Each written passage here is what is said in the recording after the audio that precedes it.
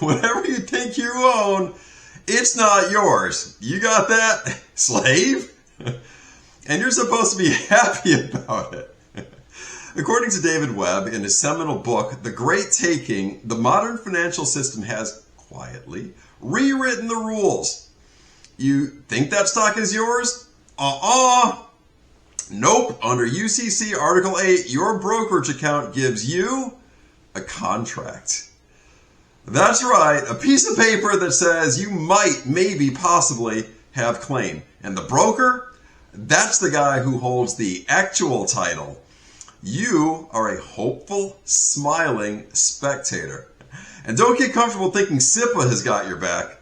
Limited coverage, they're not covering derivative collapse, rehypothecation shenanigans, or the next big, oops, systemic failure. That money, legally, also not yours if things get messy. Your broker can pledge your securities as collateral under UCC Article 9, and most of you didn't even read the fine print. You agreed to be part of a system's little game, so congratulations. Here's what you win. Let's add some real firepower. Central clearinghouses, DTCC, FICC, these aren't optional. They net exposure across trillions of dollars. In normal times, fine, smooth, calm, but a stock hits, and suddenly secured creditors and derivatives counterparties are first in line, leaving you gasping like a fish out of water. You're last, and that's the legal reality. And just when you thought it couldn't get worse, the government can step in. Section 13.3 of the Federal Reserve Act, Dodd-Frank Section 210, emergency powers. They can decide who gets paid. And the spoiler alert, it isn't you. You think you're at the top of the food chain? That's cute. You're more like catnip for the big banks and the Fed. So what do? First, reduce intermediary layers. Stop letting the broker be the gatekeeper to your own money. Directly register your shares with the transfer agent. Appear on the issuer's books. Legally now, you exist. Second, know your account type. Margin accounts, you're basically a volunteer in a rehypothecation circus. Cash accounts, better but not perfect. Third, diversify custodians. One broker fails, you're toast. 2 brokers, maybe less toast.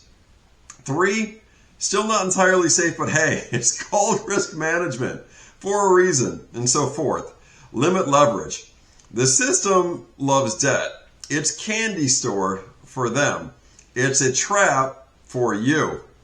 Priority rules? Secured creditors first. You? Bottom of the list. 5th, hold assets outside of the plumbing. Physical gold, direct real estate, self-custodied crypto, if you believe in that, which we don't, but maybe you do. You control the keys, you control the paper. No one can repossess your stuff unless they break into your vault. And here's the irony. The financial system has sold you as that they're efficient. Central clearing, netting, rehypothecation, it's all stability. But stability for whom? Efficiency, that's for the insiders. Concentration increases systemic coupling. Highly coupled systems fail fast, dramatically, and painfully. And you know what the investors do. They obsess over returns, Sharpe ratios, drawdowns. Look at your screen, watch the charts, but ignore the contracts, ignore the laws, ignore the fact that your supposed ownership is entirely dependent on a chain of intermediaries and legal framework that can, and has, been used to grab wealth from ordinary people. History isn't kind. 1933 gold confiscation, Cyprus bail-ins, emergency Fed powers invoked on a whim. Oh, don't worry, citizen. We're just making it legal. And yes, UCC, Article 8, Article 9, SIPA, Dodd-Frank 210, they make it all possible. It's all perfectly legal, and that's the kicker. You're not being robbed by criminals, you are being subordinated by the law. So think about it. If a broker freezes withdrawals for 30 days, what happens? If derivatives exposure triggers a clearinghouse panic, what happens? If the Fed decides who lives and who dies financially, ask yourself these questions and be honest. If you can't answer calmly, you are structurally exposed. This is not panic, it's awareness.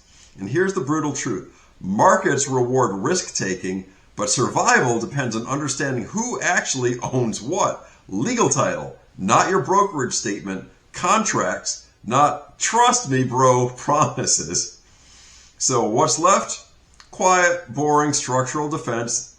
Diversify, reduce leverage, directly register shares, hold physical assets where possible, maintain liquidity. This is not sexy. It does not make for Instagram photos. It doesn't boost your CAGR, but when the plumbing breaks, it's all that matters.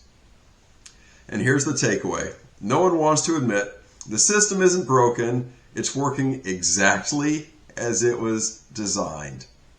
Reward the insiders, make the rules enforceable, and leave the ordinary investor, that's you and me, cheering on the sidelines while your assets dance in the hands of intermediaries and regulators. Wake up, read the contracts, know the laws, and maybe, just maybe, stop smiling while somebody else owns your money. Thank you for watching all the way to the end. As always, take care of yourself and each other, and build that stack!